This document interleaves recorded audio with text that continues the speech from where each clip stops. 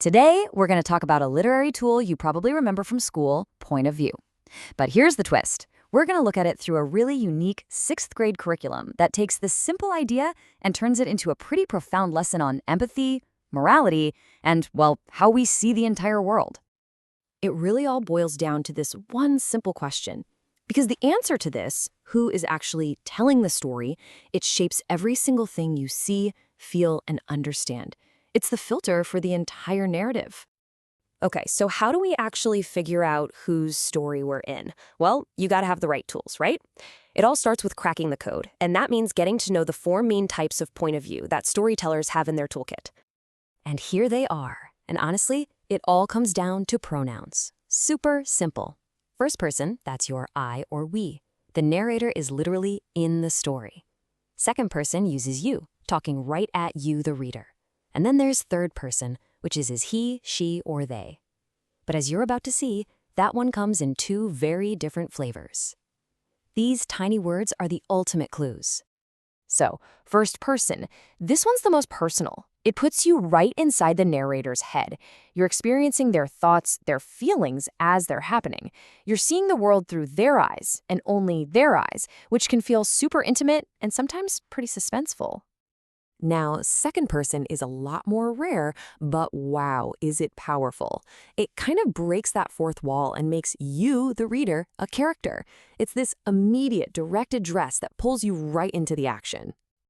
With third person limited, think of it like you're floating just over one character's shoulder. The narrator isn't in the story, but they are glued to one person, giving us access to only that character's thoughts and feelings. We're on the outside, but with a really tight, focused view. And finally, we've got third person omniscient. And omniscient literally means all-knowing. This narrator is kind of like a god. They can fly into any character's head at any time. This gives us the biggest, broadest view of the story and what's going on with everyone in it. All right, enough with the theory. Let's actually put these detective skills to the test. We're going to look at a short piece from the curriculum, and let's see if you can spot the clues and figure out the point of view. Ready? Okay, here's the passage. I'll read it out. I could barely see through the rain. My hands gripped the umbrella handle tightly as wind whipped around me. From the window, my brother waved and laughed. Of course, he forgot his jacket again. Typical.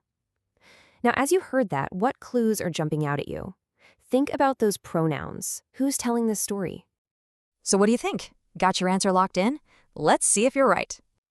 Boom. If you said first person, you absolutely nailed it. This is a classic example of a narrator telling their own story.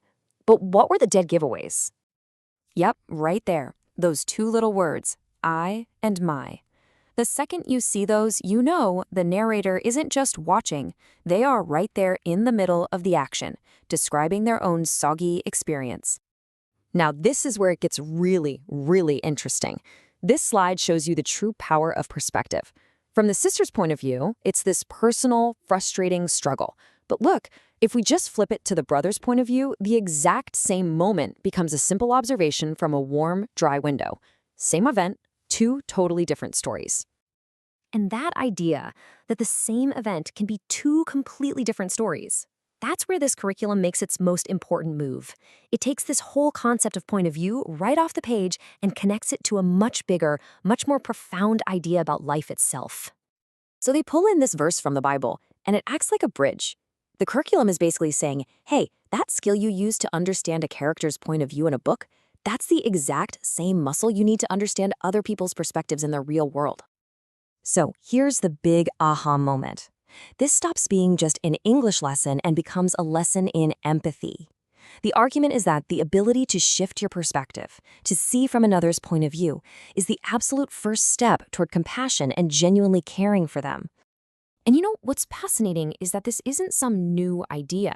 The source material points out that this is a technique that's been used for thousands of years.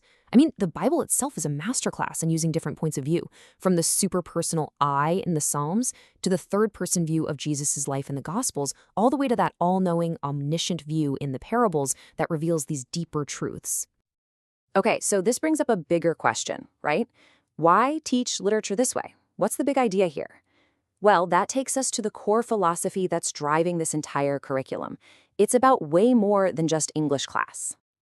This quote right here, it comes directly from the HeroesMart Academy Godly Learner series, and it's basically their motto. It's the central pillar that their entire teaching method is built on. So you can really see the why behind it all. The goal isn't just to make kids smart, it's to help them avoid making bad choices that cause hurt. They're making this direct link between having a spiritual mindset and having peace of mind. And their method is to weave that moral framework into everything they teach. And this really brings everything full circle, doesn't it? This truth to remember from the lessons sums it all up. The ultimate goal here is that learning to shift your point of view isn't just for analyzing a story. It's framed as a way to see people differently, to open the door to grace and personal growth. Which leaves us with one final pretty big thought.